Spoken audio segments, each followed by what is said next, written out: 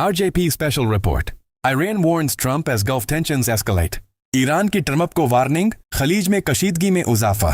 इब्राहिम जुल्फाघारी, जो खातम अल अनबिया air defence base के तर्जुमान हैं, ने अमरीकी सदर डोनाल्ड ट्रंप को सख्त पैगाम देते हुए कहा कि जंग का फैसला ट्वीट से नहीं बल्कि मैदान में होगा, जहां उनके मुताबिक अमरीकी अफवाह जाने से ग्रेज करती हैं। उन्होंने दावी किया कि दुश्मन के फ़ज़ाई दिफा को शदीद नुकसान पहुंचा है और सूरत हाल इंतहाई खतरनाक मरहले में दाखिल हो चुकी है। ईरान ने मजीद कशीदगी बढ़ाते हुए यूनाइटेड अरब एमिरेट्स पर भी नए हमले किए, जो खते में अमरीका का अहम इत्तेहादी समझा जाता है। ये बयानात और कार्रवाइयां मशरिक वस्ती में बढ़ते हुए तसादुम के खदशात को मजीद गहरा कर रही हैं। ये है रेडियो जीवे Pakistan digital. To the President of the United States, the outcome of war cannot be determined by tweets.